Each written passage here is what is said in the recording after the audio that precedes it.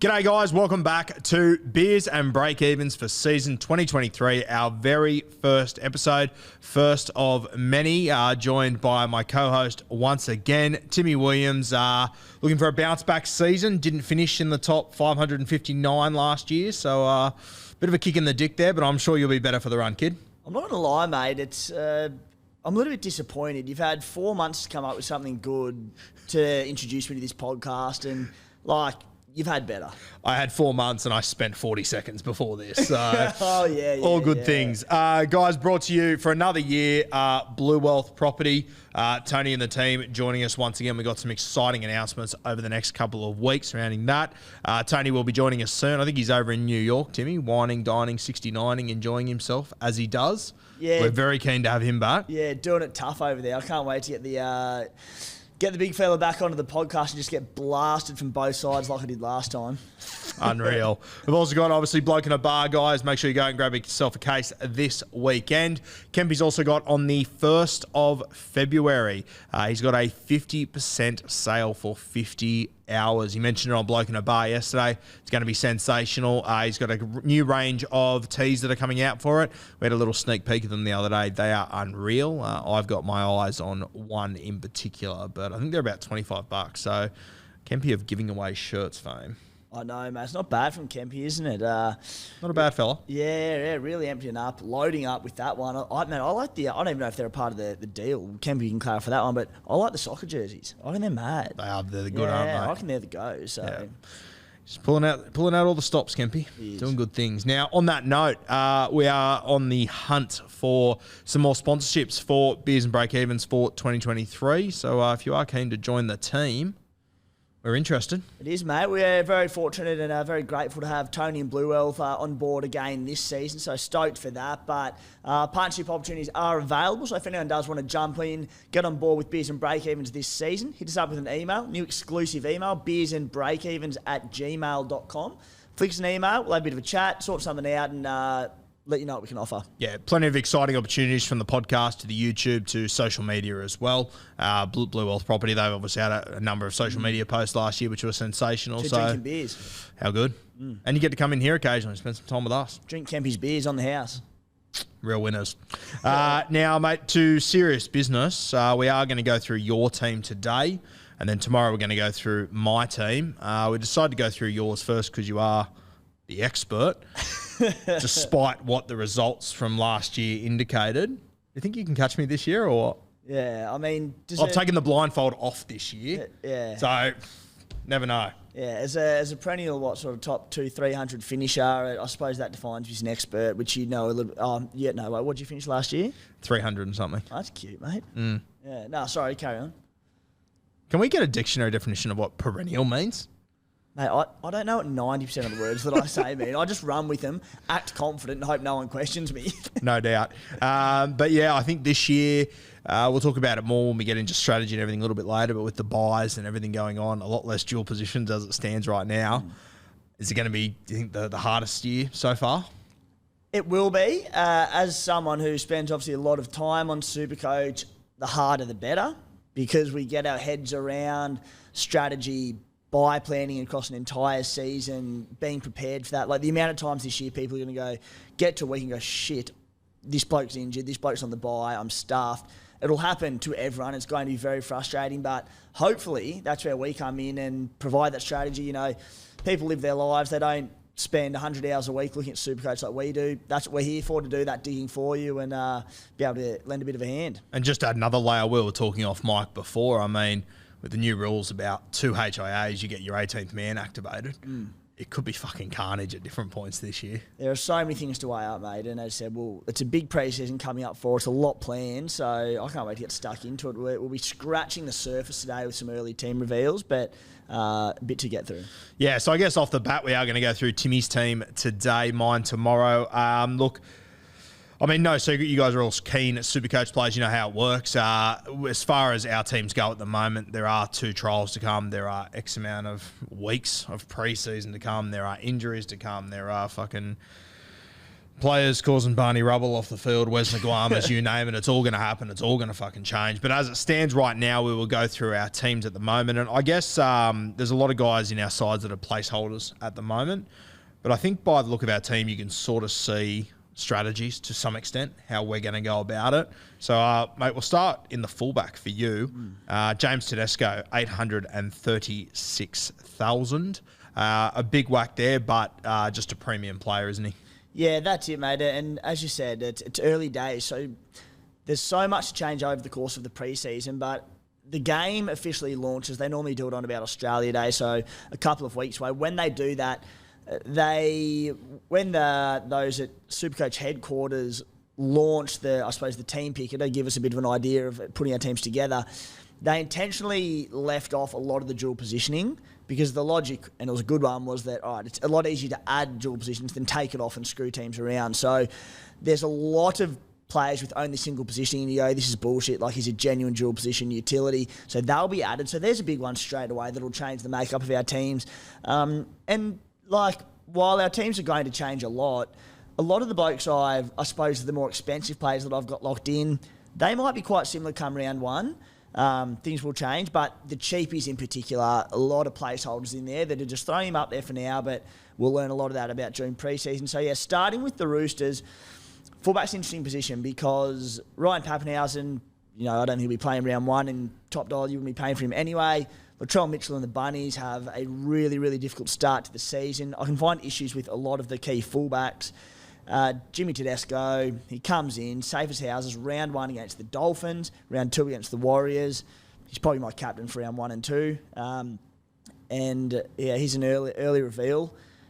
I'll be targeting a lot of my trades around the Dolphins this season because, unfortunately, I think they're in for a rough run, especially that first 5 to 10 weeks. So Jimmy Tedesco in, and then really, he'll be very popular. The reserve fullback position, I suppose you'd call it contentious. Yeah, Tommy Turbo, 577k.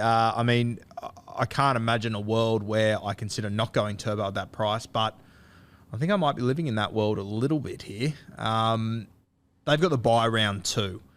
They've sent him over to the States at the moment. I can't see him playing trials, and if they've got the bye round 2, I think I would just call it in as far as Turbo goes, round 1.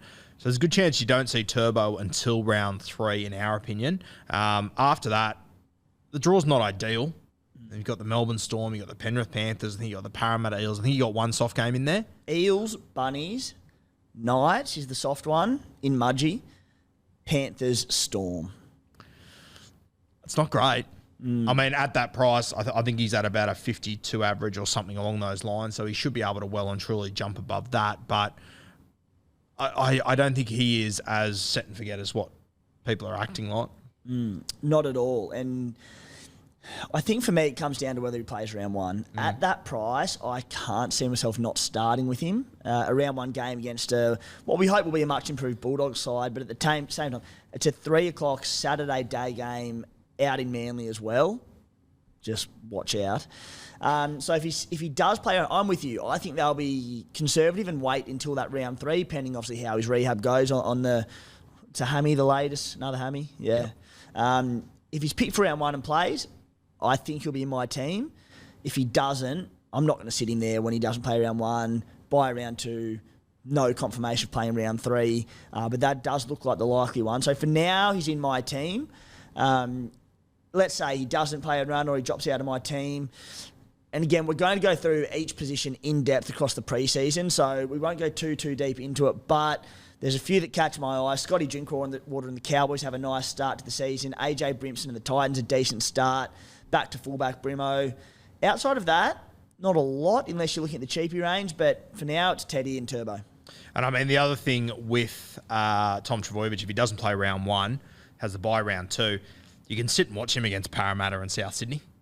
And then you can bring him in. Like, he will be that 2 weeks behind everyone else as far as cash and everything. So it's not a bad... Personally, I would rather see him not play round 1. Absolutely. 100%. You can sit and watch him. Yeah, the other thing is he's not like 800-900k. So if you don't start with him, it's not like, shit, how do I find the cash to afford Tommy Turbo? He's easy to get in. Yeah. And then if you can, if you sit through those Panthers-Melbourne game, you've obviously got Manly playing the West Tigers in round 8, Campbelltown. They then play the Titans at Brookvale Oval, and then they play the Broncos up there at Suncorp for Magic Round. So 3 games that I think he can score very well in there. We had a good chat about him on the Bloke in the Bar podcast about maybe they ease him back through centre. Imagine Turbo dual position at centre. How good. To be honest, I hope it doesn't happen. Yeah. Because you don't want teams to be similar in Supercoach. I hate it. It's naturally it happens organically, but if he goes there, like everyone has him. And if he was at centre, even if he wasn't playing round 1, 2, I'd nearly still have him just in there and ready to go for round 3. But at fullback, fullback was the best position last year. It was wide open.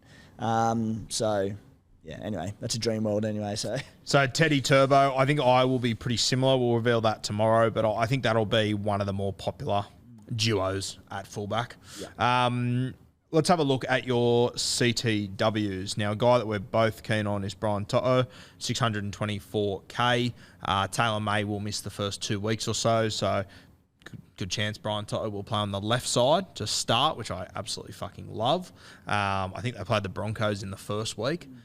So knowing the off-season the Broncos have had, going down there to Penrith, that could be absolutely fucking anything. So I love Brian To'o there. I personally think at that price, I think people are going to regret not starting with him. Lock and load. And one of my first blokes picked.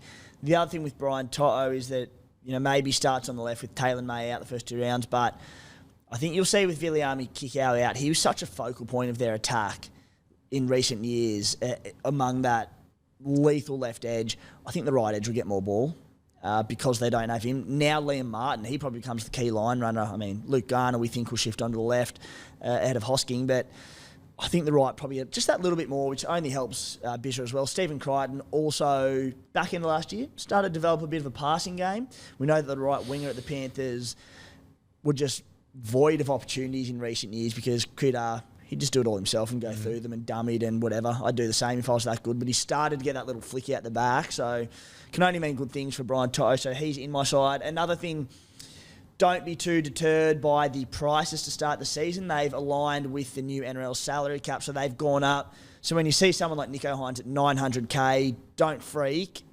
The way I'm doing it, as I get my head around all the pricing, is that just look at their average from last year and go, all right, do you think they're going to better that to start the year, or do you think they're going to go worse? And that's just an easy guide until, as I said, we get our heads a bit more around the new salary cap and the new prices. It was good to see Stephen Crichton not pass the ball for 3 years and 24 weeks until I said Brian To'o will go under. Won't score a try against the New Zealand Warriors, and then he fucking passing the ball left, right and centre. So that was nice of you, Critter. Cheers, mate. The Blue Wealth Bowl predictions, any chance of you getting one right this season, mate? Or Fuck you. All right, let's move to our next one. Daniel Tupu. Little pod play here. I don't mind it. Toops is always a good option. Just seemingly always slept on, isn't he? Always slept on. And there's a few reasons behind this. And a position really up for grabs in my team to start the season. And it's off the back of that easy start to the year for the Roosters. As we said, we've got the 2 really easy games early on that I want to target. It does get tough. I believe they've got the bye in round 3 or 4, and then there's a few tougher games. Look, he's priced on a 57 average, which is not a lot, and I think the Roosters are going to rip and tear this year. I really do. With hopefully a fully fit roster, it's a stacked team, and I think Toops on that left edge could be the big beneficiary. As I said, not locked into my team, but when I made my initial squad, I had about 600 or 700K left in my cap, and I had a lot of cheapies at CT Dub, and I just wanted to solidify it that little bit. And I had the money to splash. So at the moment, Daniel Tupu, but far from locked in. Remus Smith, this is a bone that I'm going to pick with you. 316K, very cheap. That's going at about a 25, 27 average or something. So I understand the pick. Melbourne outside back. Mate, I think it was 2021. We sort of started with Remus Smith. He did pretty well, made us a bit of coin. Last year, far from impressive. Having a look at his games, he played 8 games when you take out the 1 injured game at the end. He went above 40 on 2 of those 8 games. I think, and obviously we'll talk about it in a second, there's a lot more placeholders in Tim's team as there is in mine. I think there'll be better options than Remus Smith. I'm not convinced on him. Yeah, look, he's very cheap. As you said, priced on the, 28-point average. Starting that in a Melbourne outfit that, all right, there'll probably no Pappy there, but Jerome Hughes, Cam Munster, Harry Grant, on a 30 average he is. You look at their draw, round 1, Para, tough. Just probably won't play him. Happy to have a look. Into the Bulldogs in Melbourne, the Titans, the Tigers. That's a good start to the season for a bloke. Price pretty low. I just think it's a good position to be in. So he'll be... What is he? Be right edge for the Storm, won't he? Right so edge. Jerome Hughes. But my only worry is that they probably won't have Pappy. If they do have Pappy, he won't be at his best. They've lost both of their edge back rows. They've got Christian Welch coming back from injury. I'm just not sure if the Melbourne Storm start as hot and as fast as we're anticipating. And I mean, yes, they're good matchups there, but you go back and watch his games last year, Melbourne won just about all of those. He didn't score a fucking try in 8 weeks. I like that because he averaged bugger all, but he scored 1 try in round 1, and then he didn't have a try for his next... So he got injured 11 minutes into his 9th game of the season. In the next 7 games, he didn't score, and he had 1 try assist that didn't come with a line assist. So I just think he has to find some more attacking stats there. I might not play him. And as I said, 314K to the eye goes, oh, that's a bit above what I want to pay for a cheapie. But again, it's inflated. So the bottom dollar cheapie this year is 200K. Yep. Last year it was 172 or something along those lines. Yeah. Yep. So I think it's cheaper than what we first perceive. And I said, not locked into my team, and if there's a stack of cheapies that come in for round 1, I'll brush him, but I don't mind him. Now, obviously, the basement price this year, $200,800. And you've got a few of these guys, Howarth, Alamotti, Tafare from the Dolphins. All these guys, same as everyone's team at the moment. It's wait and see with those guys. I think that the CTW position is going to dictate that you have to take a number of cheapies. And whether it's these guys, you've obviously got other guys like Skelton. There's an absolute stack of guys that you can pick from. I really like these 3 you've gone for. You'd have to think Jack Howarth gets a gig somewhere. Howarth, and he's one of your boys, Jack Howarth, a sneaky to start on the edge. These 3 are my boys, just Yeah. It's like I've picked this fucking team. Yeah. As per. Yeah, who'd have thought, mate? But Howarth, it wouldn't shock me if he started on the edge round 1 for the Melbourne Storm, in which case, if he's available at centre at 200K, it'll be the first pick for every player in Supercoach. Yeah. Just on that, I think there's one guy that we spoke about pre-show that I haven't really heard him spoken about all that much, is Tommy Eisenhuth. Now, obviously the Melbourne Storm, they have lost a stack of players. They've lost both their edges. Everyone's talking Howarth, Tarek Sims, these sort of guys. Mate, I think Tarek Sims will lock down one of them. The other one where we're talking about, Katoa, Howarth, all these guys that are up and down, you don't know what to expect. Tommy Eisenhuth, who's been in the system for a very long time, is dual position, 279K. I can really see a world where Craig Bellamy gets to round 1 and goes, fuck, it is chaos with this team. This looks completely different. New role players everywhere. Let's just go with a guy that knows the system. I think Eisenhuth could become pretty Supercoach relevant. And he's already got that dual positioning, second row centre, which is key. We know Bellyache, he's a loyal man. He has his favourites. He loves Tommy Eisenhuth. Gives him a run any chance he can. The problem is that team's been so stacked for a few years that it's hard to get blokes in there. So you're right, mate. He could be the bloke that he sticks with early on in the season. And if he does, very hard to ignore. He also loves an 80-minute back rower. Yeah. Bellyache, he's had the luxury of having Felice Kafusi and Kenny Bromwich there in recent years. So that's been quite easy. I suppose minutes become an issue with how do they want to get Howarth in there? How do they want to get Eliesa Katoa on there, who's another big pre-season watch? I'm not buying into Eliesa just yet, but if he comes out and breaks into the trials and then starts round 1, he'd be running... We don't know where the edges will be at this... Oh, Tarek can play both. He played right for the Drags. I think so, but I think he can play both. I don't think it's set in stone either way. Either way, off Jerome Hughes or Cam Munster, not bad spots to be. Yeah, good little spots to be. There's other guys at Melbourne like Alex Chan as well, who I reckon is going to have a really good shot at getting into that side. So a heap of guys to talk about there. Alex Chan, I had a bit of a look at him. Was it Joe Chan? Was that his dad? Joe Chan. Alex Chan was his old man. Yeah. Old Melbourne Storm front row. One of the greats. 320K, Joe Chan. So he's been playing over in the Catalans. Yep. Yeah, in the Super League. So 320k is a bit annoying if he does happen to kill it. And I thought he'd be a little bit cheaper than that. Did I. Yeah, very harsh from the markers there. Yeah, so there CTW. There are so many options. I've got a few different CTWs to Tim, so we'll go through that tomorrow with a few other guys that are worth touching on. Your last guy there is Hayes Dunster, not to be confused with Hayes Perham, who I have mixed up 1,000 times before a ball is kicked. Hayes Dunster, obviously at the Parramatta Eels, looks like Bailey Simonson. He could miss the first few weeks potentially. Someone will come in on that wing, whoever it is for Parramatta. Pretty handy to have. Yeah, we did. So there's obviously Sean Russell's another option there. That there's a number of different ways they could go, but again, that'll be hopefully it falls in the lap of a cheapie, which has every chance it does. And if it's Hayes Dunster, then it looks like a pretty decent little pickup. Yeah, I like that. Let's move into your halves, mate. I think we'll start with the obvious one at 5'8". Josh Schuster, he's available at 2RF as well. I've seen a number of people picking him at 2RF. I think you're out thinking the room if you don't have him in 5'8", personally. I've seen your Bud Sullivans, a few other guys. AJ Brimson, he could be one that we could potentially talk about as well. But I think that you need Josh Schuster somewhere. And I think there will be other 2RF options. I've got him at 5'8" at the moment as well. Lock and load Josh Schuster, who, if he's named to start at 5'8", which we think he will, he should. I said Jack Houth could be one of the most popular. Josh Schuster should probably be your first bloke picked.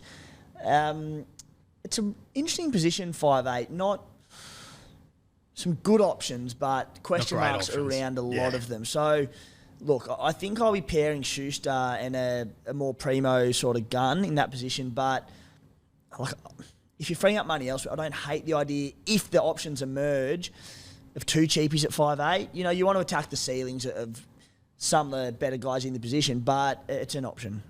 Yeah, and I mean, your other 5'8" option, I think when I look at 5'8", I go, okay, do I either spend big and go Munster, Dill Brown, who I think both coming off fantastic seasons. I'm leaning away from them. You then got Adam Dwyer, who you've got, which I like. You've also got Matty Burton, who's about 30k cheaper, goal kicking on that Canterbury edge. I'm leaning towards Burton. I am going Burton over Adam Dwyer. What's your thinking there? They were the two I was tossing up, and I sort of got Dwayne at the moment. Tigers draw to start the year. They face the Titans, the Knights, and the Bulldogs. Really, really nice start there. The Doggies start the year a little bit tougher for Matty Burton. Just the Tigers a much improved side. We hope. We hope. On face value, taking draw out of the account, I probably prefer Burton, and I still might go Burton. I just do like that Tigers draw. But and we say the same with the Doggies. Should be a much improved Doggies side, but we hope. Yeah. Two big preseason trial watches, aren't they? And the teams. Them boys are going to be very good. They'll both score well. But how good are the teams going to be? Which team's going to gel quicker? And Dwayne as well. There's been rumours of him playing out in the centres. I'm not buying them personally. I can't see a world where even the Tigers could be that fucking stupid. He'll walk from the club if they play him. Surely, fucking surely, and I wouldn't hold it against him at all. And then at regards to Munster and Brown, and something that I'll go on about over and over again throughout the pre-season, it's when you're picking around one team, it's fine to lock in your absolute elite guns, but it's about building your salary cap. And it's about finding those guys that you think are priced at top dollar and should not be going above that, or even more so are likely to drop down. Yeah. Find the blokes like Burton, like Dwayne, who are around the 620k mark off a 60-point average last season. I think Dwayne will comfortably improve on that. So he should make money, build that squad value. That's all what round one is about. So my team traditionally starts quite slow in SuperCoach. The first 3-4 weeks, I'll be sitting around 20, 30, 40,000. Yep. But it's because I'm balancing my squad and going for that rather than a few of the guns. But once I've generated all this cash and others haven't, the tides turn pretty quick. So that's my approach. The other thing about Dwayne and Burton over Dill Brown Munster, yes, they're cheaper and whatnot, but their sides should improve to some extent. They're both goal kickers as well. So you would expect that they collect a little bit more there. Yeah, surely. So, Cody, we'll get into it more with when we go through the positional analysis. But Cody Walker off a 57 average is one that I would have liked if the Bunnies didn't have the most cooked draw to start the season. So I can't touch him, but I wish he will be on my radar around sort of 5 or 6 as a potentially an upgrade. The other one that a little birdie pointed out to us was AJ Brimson with a decent little draw to start. AJ Brimson, I not like cheap, AJ. but I have a close eye on, again, the Titans trials and AJ Brimson because he's a gun. And a week ago, I had a very, very close eye. I was very keen on KP once he gets dual. I know.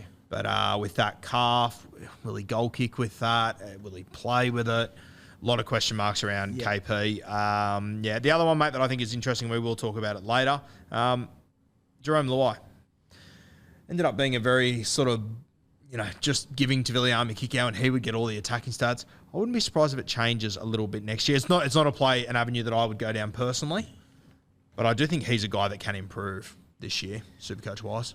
Definitely. I'm so intrigued to see that Panthers left edge. Yeah. I can't wait to see. We're going to find out how good Viliami Kikau was. Yeah. And the impact he had, not only with ball, but off the ball, just dragging defenders, because I think we could sit there and I'm sure it won't. And I love Luke Garner coming because I think he's an outstanding line runner. But the Penrith left edge, and we'll get to your side tomorrow because I know a few interesting picks that you're looking at. Yep. But it might start a little bit slower than we think because Kikau's impact on that side. Potentially, yeah. As far as, other cheap, you've got Isaiah Katoa. We'll talk about him more when we get to the teams. I just don't think he plays in the first. I don't expect to see him before Origin, to be honest with you. I think they'll take it slow with him. Luke Metcalf's another one. I'm not sure if he's going to be in this side from the start as well. So I think all these guys will become relevant as the season goes on. That Warriors entire team, from starting edge with, say, Murata Niokore to Chance Nickel-Klokstad, potentially at fullback, does he get named at centre? Luke Metcalf, big watch on their side. Yeah, and you have a look also. I've seen a lot of people talking about Bud Sullivan. He's not the pick for me. I think he's low 300s, which isn't bad, but I just don't trust this Dragons side to score points. The other thing with the Dragons that I think you guys need to be aware of is that they don't play round one, so they got the bye, which isn't a huge drama. But when they've got a coach like Hook who can pick fucking anyone in that side, you could get to round two and the cheapies you've got there aren't in the team. Sloan, Bud Sullivan, I'm avoiding at all costs solely because I know what's going to happen. You're going to pick one of them, then bang, Moses and bye. Yeah. Kicks you in the dick as per usual. I wouldn't be stunned if we got to round one or round two when they play and Ben Hornby was starting at halfback. Dean Young was at hooker. They brought Matt Duffy back from the UK to bring play me off fullback. The pine. Yeah, let me at him. I don't trust them at all. Yeah, can't do it. Halfbacks, bit of strategy here. I've gone exactly the same. I would advise most people out there to do similar. Nathan Cleary, Nico Hines, two best players in Supercoach that are consistently out on the park, two goal kickers into gun sides. Just get them. I think so, yep. But they've both got tough draws to start the season, but you just risk getting left behind.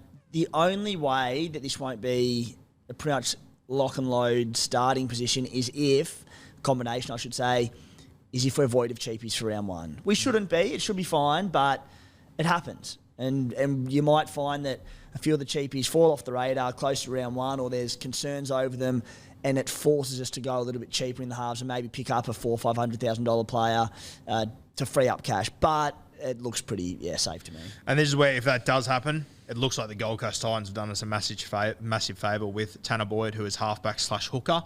I think he's going to be a pretty important duel for people. He might slide into the conversation if that sort of scenario happens for sure. Yeah, so if he's starting with Fafita outside him, I think he's worth a punt playing halfback. He scored really well at the back end of last season, despite easier games and whatnot. I think he's one to consider as well. But at the moment, we've both got Cleary and Hines.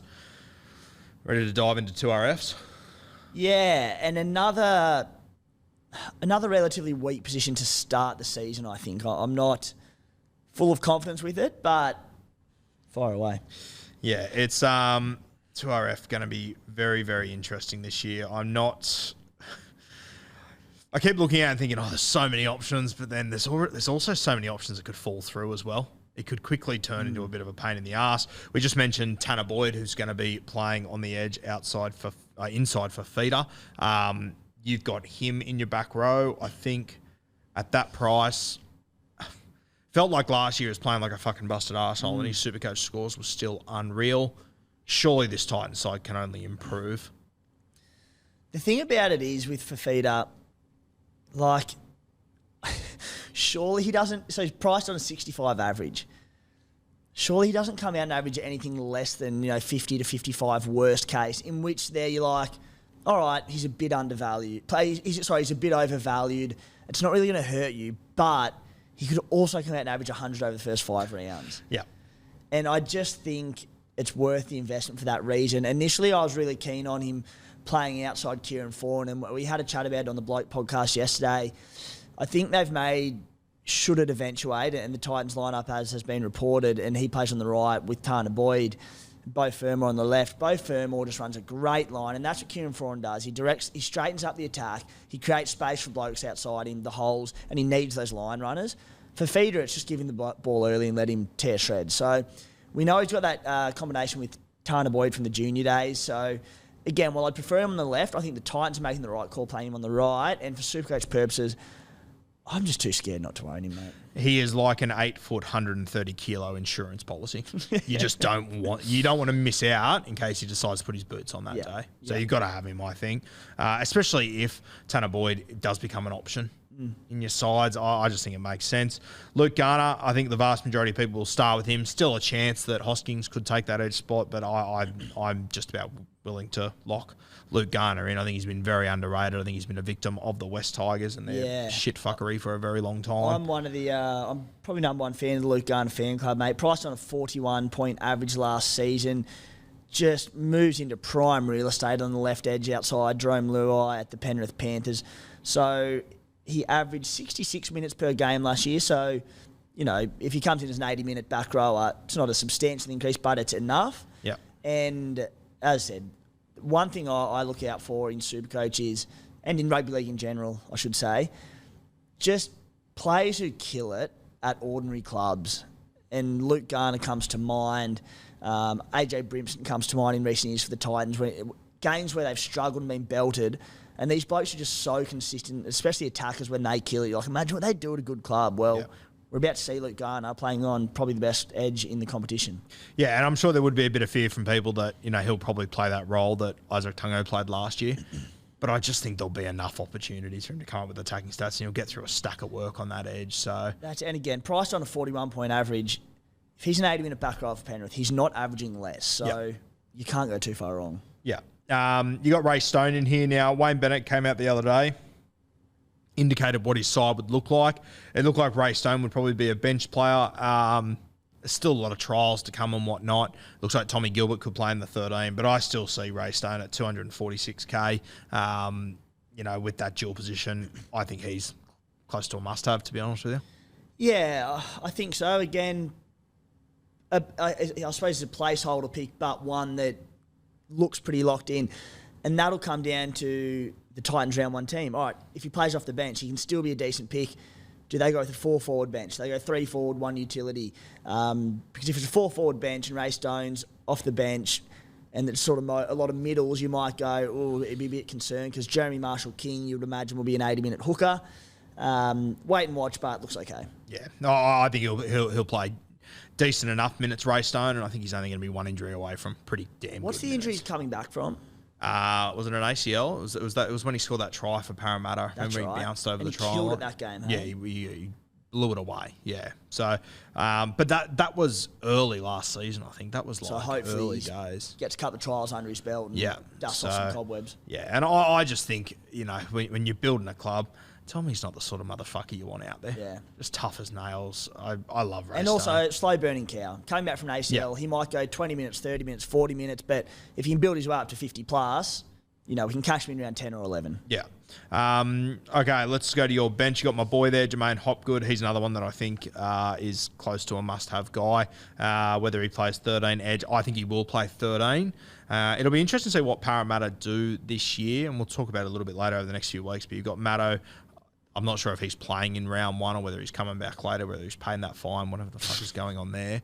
But regardless, I think Jermaine Hopgood could earn that role of being the 13.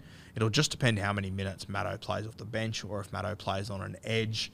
It's a bit of a jigsaw over there at Parramatta at the moment, but I think Hopgood at 298K, I'm really looking forward to watching him go next year. You've been spruiking Hopgood as a Supercoach buy. Mate, he's become a very popular player recently, and I'm a little bit pissed off that I got in there very early. I think I got in there too early. I think you're spruiking him since you've been... Round 20 last year it was. Conceived, I thought it was. Filthy. Yeah, so, mate, what would happen if he missed selection in round one? Because Would all your credentials just go I'd go out into the window? hiding. Yeah. I'd be talking a lot about Ruben Cotter. Don't worry about I'll be that. sitting here talking to myself. But yeah, Jermaine Hopgood at that price, he will get through a stack of work. His PPM, I think it'll be around the 1.1, 1.2 this year. Very talented guy, bit of attacking upside, and he wants to play for the Parramatta Eels, unlike their current lock forward. So, It's a good start. great start, yeah. So Jermaine Hopgood, I think he'll be in most sides. Another bone to pick here. One of my favourite bones to pick. You're going for Jack Williams from the Cronulla Sharks. For me, I don't have him in my best 17. I know you do on the bench. I don't. And I don't trust Jack Williams as far as I could throw him. And I'll give you the hot tip. Couldn't throw him too far. He's a lump of a lad, Jacko. I suppose it's worth a disclaimer that he might be one of the Kuma Stallions' finest products. Look, placeholder, of course, but the club love him. Big raps on him there. He's been a bit of, I suppose, a stalwart bench forward for a number of years now. Got injured in round, about 6 rounds in last season. Might have torn a pec or I think it was a knee injury. So it'll be his first game back if he gets named. The years prior to that, 24 games, 16 games, 23 games. So that shows their opinion of him. He starts at a discounted price off the back of an injury year. So he's priced on a, what is he? Not a lot. Yep. Starts at 247k, dirt cheap. If you can jag a bench spot, again, we saw with Craig Fitzgibbons last year, he loved a 4-forward bench. So if it was a 4-forward bench and he was on it, it'd be like, nah, there's just not enough minutes there. 3-forward bench and sort of an outside back utility, I'd be keen. But, mate, just watch this space. Andrew Fafita, Aiden Tolman are gone. Let's see what that bench makeup is and how Jack comes out in the preseason. Yeah, and obviously you got Oregon Kafusi who comes into that side, so he'll take one of those spots. Yeah, and look, and as we said off the top, a lot of these guys are placeholders. It will all come down to trials, team lists, and whatnot, as with a lot of your guys' teams. The one I am watching, another close preseason watch, is what they do with Teague Wilton and Wade Graham. Has the time come for Teague to start? I think that Teague better suits that side. So do now. I. Big time. But I will say this, Wade obviously didn't have a preseason last year. He came back to his usual spot. All of a sudden, Sifa Talakai was playing centre outside him. They hadn't played together before on an edge. They've now got a full preseason next to each other. Sifa's going to have a preseason as a centre finally. So maybe there will be changes, but eye test, what I've seen so far, I thought that left edge, and I think Sifa copped a lot of blame last year for it. For me, the combination wasn't working between the two of them, but as soon as you got Wilton on running that line that he runs, space opened up everywhere. Yeah. So love Wade Graham, but I also think at different points when Wilton came on, they tried to play Wade sort of through the middle of 13, and it wasn't really working for me. So you got this club legend, club captain, you're trying to fit into this side somewhere, and he has to be there somewhere. He's a tremendous player, but I think on that edge, he's sort of holding Wilton back a little bit at the moment. Yeah, I think so as well. So it'll be interesting to see what happens, because if Teague does come in and get to run, he starts the season 490k for 47 average. The thing is, I don't think he'll get an 80-minute role unless they move Wade Graham into the middle. Yeah. But if he does, or if there's a preseason injury, serious option to start the year. Yeah, for sure. Your last one here, our boy, one of our favourites heading into this year, Trey Mooney, 234k. I think there's an idea with a lot of people he's a little bit overhyped. I think he's still fucking underhyped, to be honest with you. I love the look of this guy. Whether he's going to be a big minute guy early, knowing he probably won't be, I think a slow burn that I think is going to do you a lot of favours. Yeah, I don't really care about hype. I care about 234k, potentially playing big minutes in the NRL. So that suits my SuperCoach squad. If you're going to make money for me, I don't really care if you're good or bad. So Trey Mooney, for the time being, there's a vacant lock role at the Raiders this season, and it could go a number of different ways. I suspect it could go a lot of ways, but Trey Mooney could be the man. Even if Trey Mooney plays off the bench, I think obviously Adam Elliott's departed. I think he'll be a good buy. As I said, it could be a real slow burn.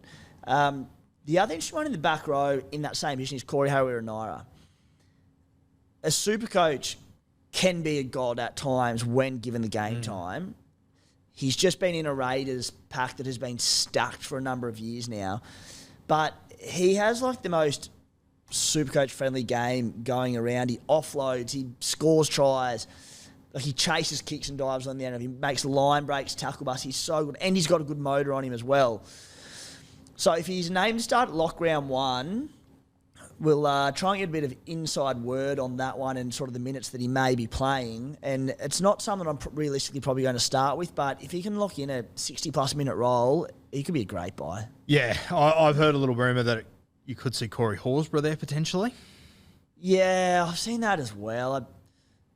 He's a front rower. I think he's a front rower too, yeah. And I hope from a Supercoach point of view it's not Corey. He's almost 500k, so that'd sort of...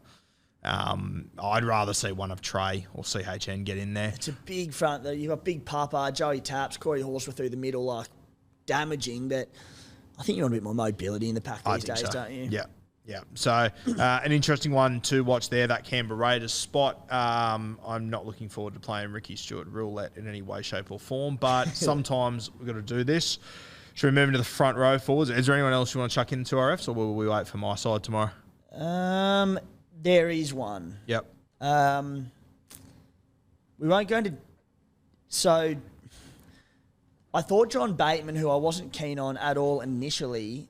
He got priced at 622k, which is around about a 60-point average, which isn't a lot. So I don't have his stats in front of me from yesteryear, but I remember him averaging 70 plus. I think both 72. seasons. 72. So again, I don't think he's one that I'll start with, but there's genuine value in Johnny Bateman if he's playing his big minutes, which you'd expect him to. Yeah, I've been anticipating him to play on the edge the entire preseason. I still kind of think he will. I was told the other day he's going to play lock, though. Right. So a spot to watch there. Obviously, we've got trials and everything still to come, guys. But I think if you go back to his first few games in the NRL, he did play in the 13 jersey for the Canberra Raiders. 2 80-minute games, his first 2 games in the NRL. He went 65, 69 with no tries or anything. So, and he's very unique. Such a specimen, Johnny Bateman, that he could play big minutes at lock. He could, yep. And he could tackle, break and offload till the fucking cows come home. And you know the sort of footballer he's like. He wants the ball when he wants the ball. He'll touch it so much. He'll get so involved. They're Tigers. They've had a weak belly for a number of years. I think I wouldn't be surprised if he's given the 13 jersey. He's given the job. Which would just be... It brings him into contention. Yes. Sorry, I think either way, even if he's an 80-minute edge player, I don't hate it. Again, I'll use this a lot, pre-season watch, but Sean Bloor comes into contention there, doesn't he? For the 15th season in a row. Yeah.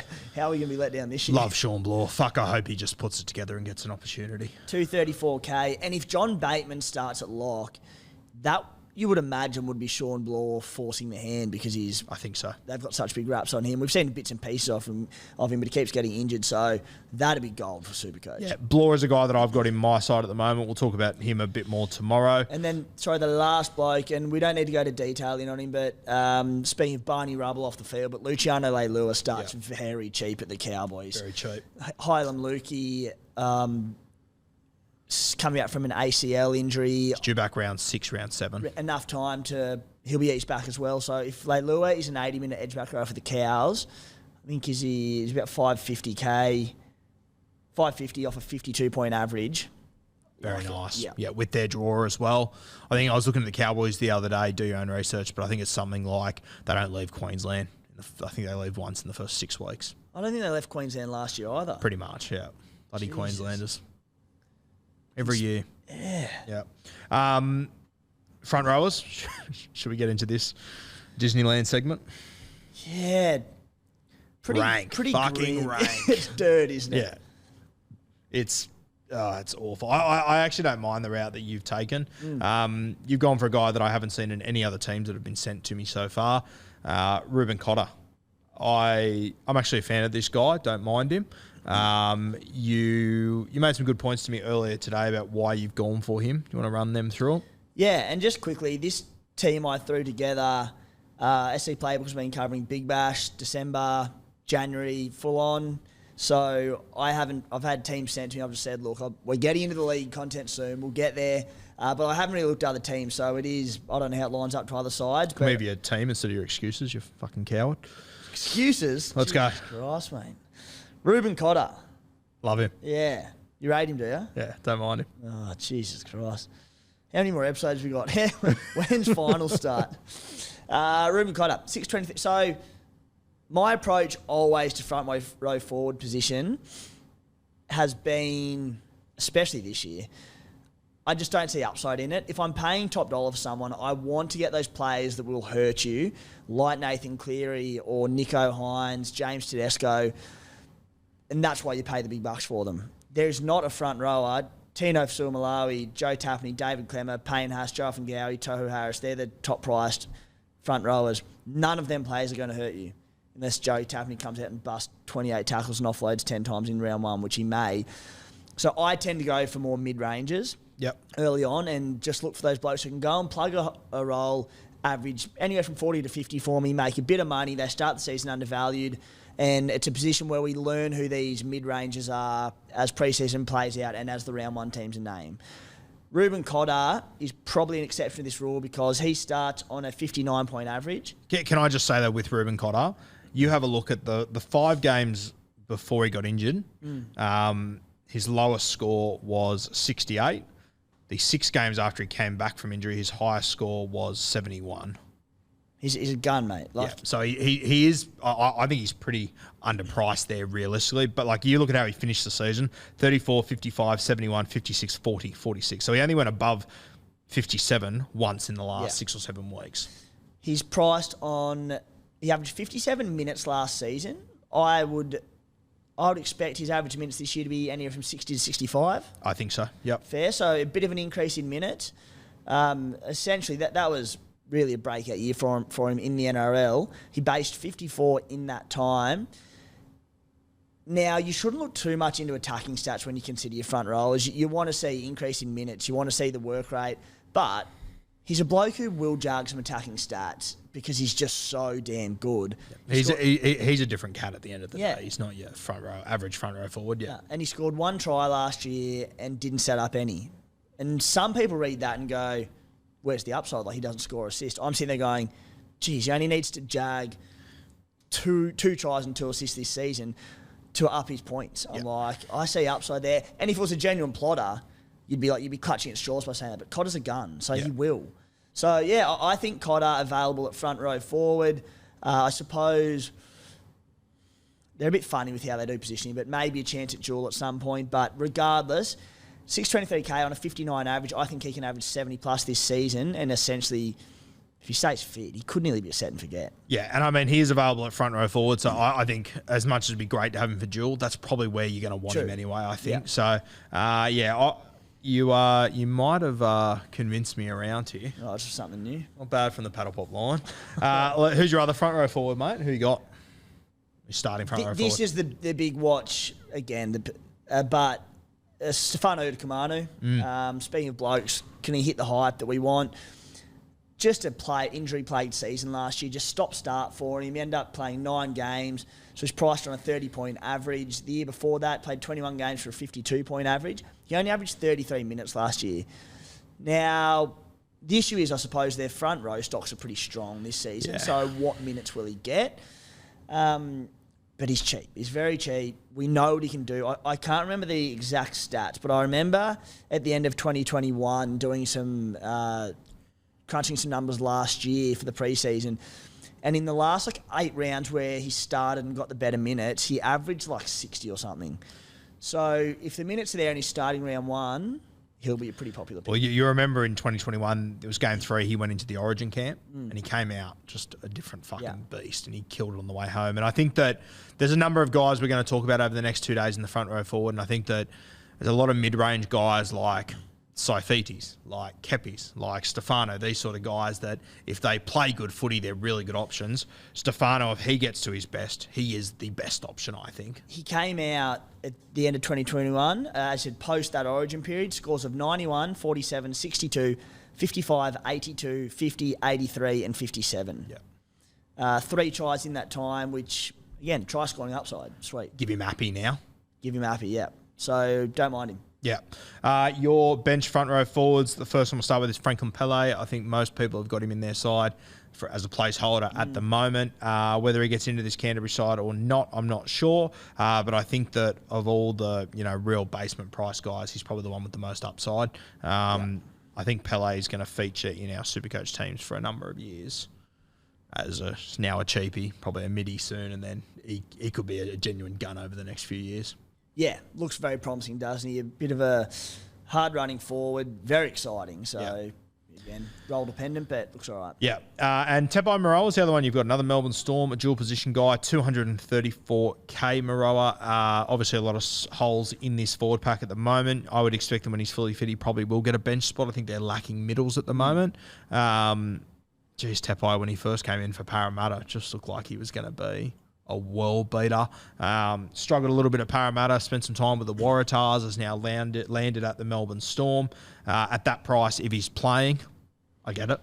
Yeah, and he's had a year in the Storm system now. As you said, there are some holes in the forward pack, so let's see where he lands again. There's every chance probably Tyron Wishart is the 14 for them. Yep. So if he comes on, maybe he spells Harry Grant for 15 minutes, which would mean good things for essentially, I suppose, a 3 middle forward bench, maybe an edge forward there. But yeah, so just a watch on Tepai. You feel like he's been around since about 1980, Tepai. Yeah. He's been around forever. He's 27. Yeah. It's wild. So it's like, yeah, if he fires in the trials and looks okay, why not? Yeah, I think he's a guy too, like in the modern game as well, with how many HIAs and stuff you have, like your bench forwards, and a guy like him, if it is a 3-prong bench, good point. He will grab good minutes. Yeah, you'll here find and there. money. So I think there's money to be made there. But front row forward, there's other guys that I'll talk about tomorrow, like Dan Saifidi, Kepi, a couple of other guys. So I think front row forward, you're going to need a bit of luck to go your way, realistically. Yeah. But I also think that if you're unlucky, the guys that are lucky, it probably won't be a huge gap anyway. Yeah, I think there'll be a lot of those anywhere from 350 to 550k players stacking front rows, those mid-range, as I said, and after round 1 or 2, you could completely change it up because it's who plays the minutes, who looks good. Like, it's a tough position. You got me very interested in Cotter, though. I do like that pick. Yeah. Nicely done. Thanks, mate. Hookers, go big or go home. Harry Grant, you have gone for him. There are a couple of cheaper options around that people are considering. You've just decided to spend the coin here and it's done for the season. He's just a lock, set and forget for me, Harry Grant. He's the best in the position. He scores tries. He assists. He gets so many try assists. He's the best hooker in the NRL. I'm just happy to. Again, the only way I'll be starting the season with him. I can't see a world where I don't. And I know a lot of people are looking at 130k cheap at Reece Robson. Reece Robson, that's fine. And stats might back up that there can be some upside to Reece Robson, but Harry Grant's a better Supercoach player for me, and at 130k, it's not that much money. It's not. And I think a lot of people saying Reece Robson's got this huge attacking upside. I mean, I think he scored 6 tries in 7 weeks. Outside of that, he scored 1 or 2. I mean, people want to tell me he's this huge attacking hooker. He's not compared to this guy. Yeah, and you know you're going to get it with this guy. I remember in that period, so I bought him, timed it really well with Robson through that try scoring period, and as soon as the tries dried up, he went back to I could be wrong, but I think it was like a 50-point average or something. So yeah, I think he was a touch higher than that when I had a look at it. I was a little bit surprised he was a touch higher than that. But I'm not convinced that we're going to see the huge upside that people are talking about with Reece Robson. No, I'm Grant all day. Yeah, no, to be fair, on the run home after the tries, he was a little bit higher.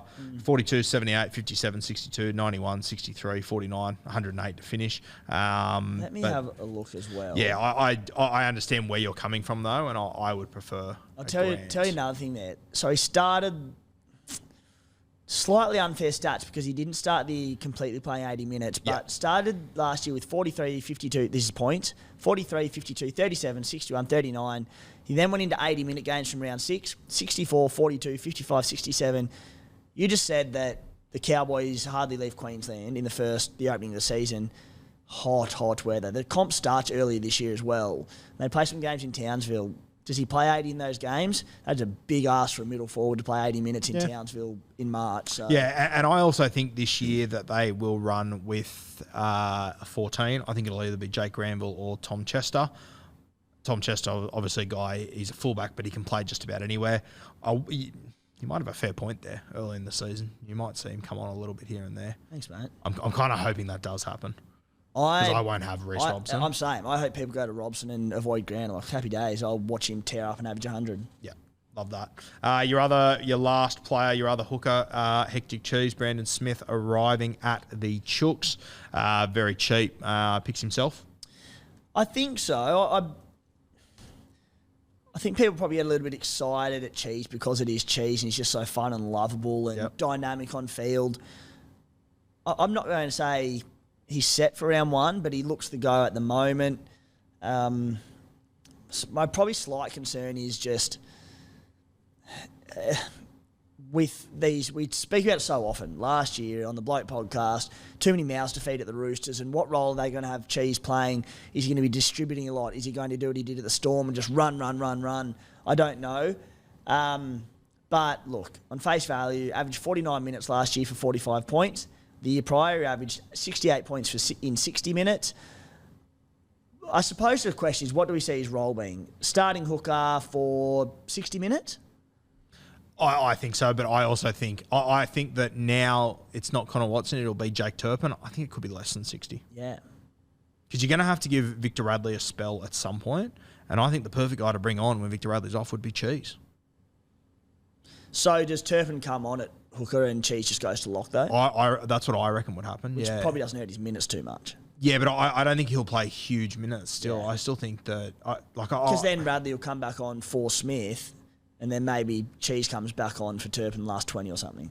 That's what I mean. So there's question mark. I don't think it's as easy a lock as people think, but as it stands at the moment, at that price, he looks pretty hard to ignore. Yeah, and I mean, you have a look at that year that he had for Melbourne that was unbelievable. He was a hooker that scored 12 tries, average 68. Exactly. It's good. It's not great. No. Like, it's really not. I will say this. We went through the new rule amendments, changes, whatever you want to call them. That rule that you reportedly, and maybe we've got it wrong, but the way that it reads is that you have to have 2 feet on the try line when defending. If Brandon Smith is a dummy half and you're standing flat-footed on your line, good fucking luck.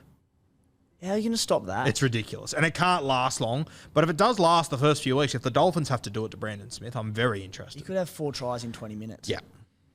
Seriously. I think Brandon Smith is one of those guys that there's a few red flags that we can see, but I just think that it's going to be too scary not to happen. Yeah. I can see that rule getting amended before the season starts. Yeah, maybe at halftime of game 1. Yeah. It's going to be fucking ridiculous. Yeah. If that's the way we've read it, maybe we've got it wrong. Wouldn't be the first time. If it doesn't, and they don't change the rule till after round 1 or 2, just fill up on hookers anytime try scores round 1 and just hard running back rollers. Yeah. Barge overs. Oof. Yeah. Mate, that is your side done. How much coin do you have left in the bank? I've got 200k as that stands, so bit to work with. Bit to work with. All right. What do you reckon? Yeah, mate, I like it. There's and look, I mean, you can always look at these sites.